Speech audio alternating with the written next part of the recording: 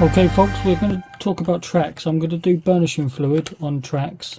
These are the Masker Club tracks. I've already taken them out of the packaging. I've already pre-washed them in soapy water. They are dry now. We have put them into a tub. If you're interested in where I get these tubs from, they have a sealable lid, which is rubber. You can close them up and it stops anything from leaking out. I got these from Amazon as different sizes. Some of the bigger ones are in the kitchen, but these are perfect for what I'm going to do. So the tracks have all been cleaned. They're in this tub. We're going to use AK burnishing fluid. You can water this down to make it go further, but I'm not going to. I'm just going to use the bottle straight out the straight in. Neat. It's about £5. It's what I paid for. It's not expensive. So we're going to experiment. I've never done this before, but I roughly know how to do it, but I'm not sure how far I want to go with the weathering. It's up to you. There's AK claims and plus on it says on the bottle you can see the reaction to the white metal in about 30 seconds, but the longer you leave it, the darker and more rusty your white metal can become. So as I say, I'm just going to pour it straight in, a whole bottle, seal it, shake it, check it, see how far I want to go. Immediately once you're happy with the desired colour, take these out, put them into clear water, rinse them a couple of times, because if you don't, the burnishing fluid will continue to work. So don't need to shake it, it should be perfectly fine. Just open the bottle. Do wear gloves and eye protection, because it can be harmful to your skin and stuff.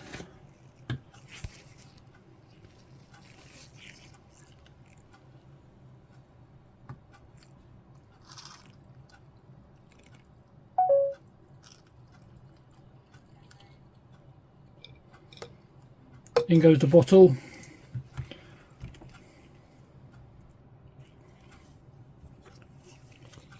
Seal it up.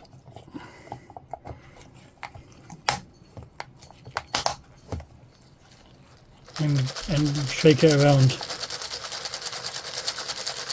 You can see immediately the water started to go dark. You can see it starting to work.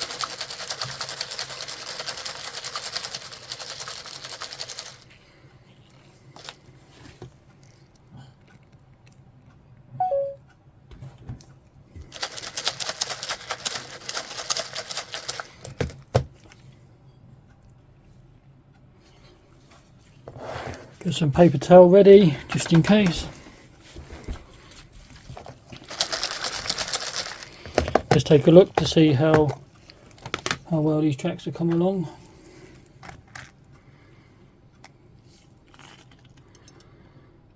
These are quite dark. I think that's more than enough. I'm happy with that.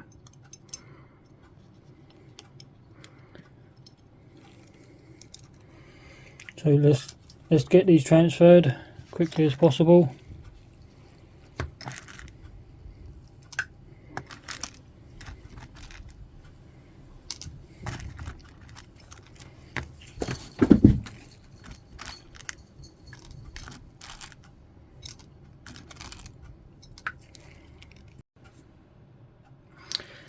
Now, after rinsing the track several times, they are ready to get out of the packaging.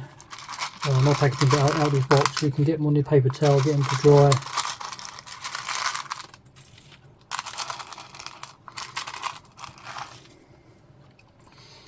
Move these tubs ready for cleaning.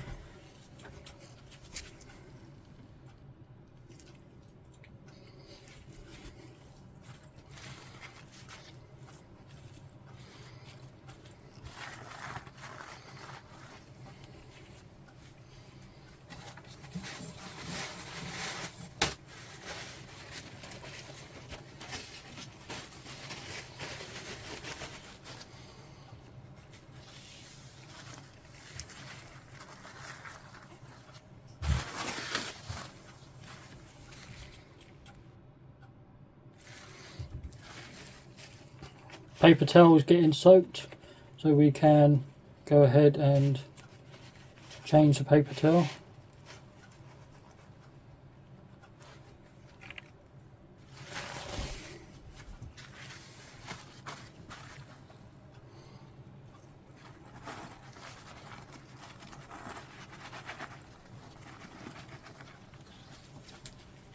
Make sure you don't leave no tracks behind.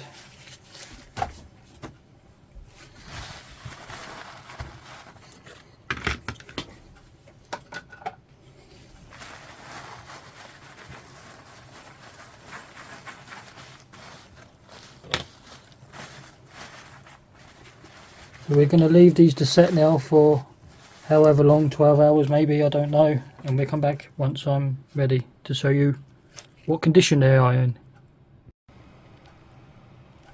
Okay folks, as you can see,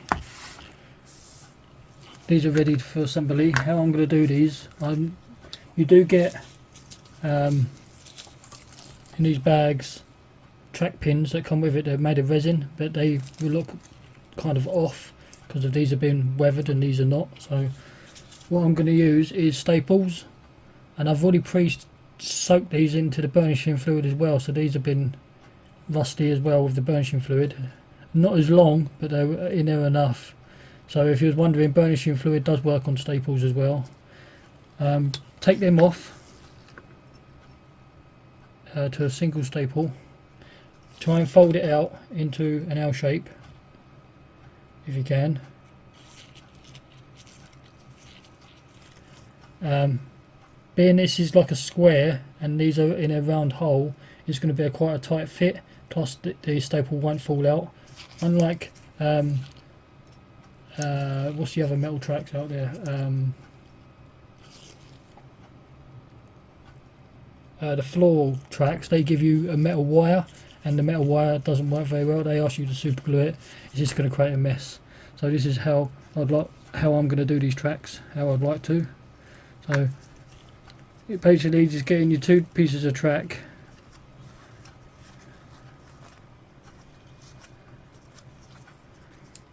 finding the locating tabs, they should be all drilled out perfectly fine. If they're not, you're going to have to drill the holes out, but I can't see them being a problem. Finding the hole, feeding it through. It is really fiddly, especially on camera, because the camera's in the way.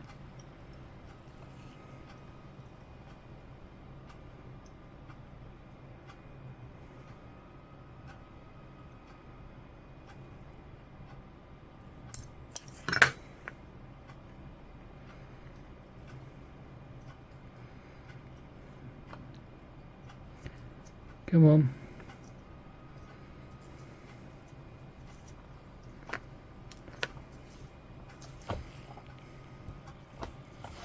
Right, finally managed to get it to go in. Push it in far enough. Leave a little bit sticking out of the end, like so, and also the other end. You can get a pair of nippers, especially these type of nippers are perfect because they're big, fat and chunky. I wouldn't use these for cutting plastic or sprue. These are more than fine. And then just nip the ends right off. If there's too much on the end, you can file them down, and I think it's going to be perfectly fine. Plus the track will still flex and be movable. So we're going to have to do these links now. I think there's like 86 give or take per side. This is the finished track.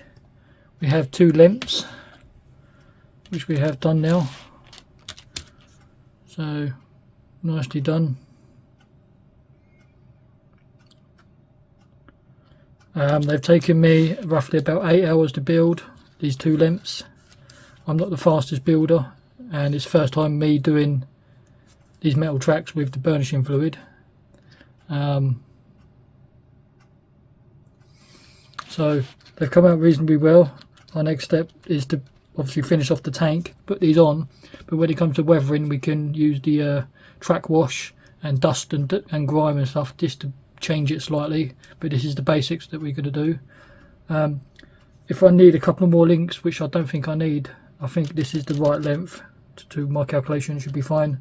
There is a couple of spare tracks that we need to build up and put on the front of the tank, which I can do with these spares, but I'm happy with these. Overall, I did manage to break 4 tracks in the process of building it. They just kind of, either the holes weren't big enough or whatever, or too much pressure, I ended up breaking them. A couple of holes weren't quite drilled out, so I've had to drill them out with 1mm drill bit. Nope, sorry, 0.3mm drill bit. And then, but other than that, the tracks have come out reasonably well. I'm pleased with these.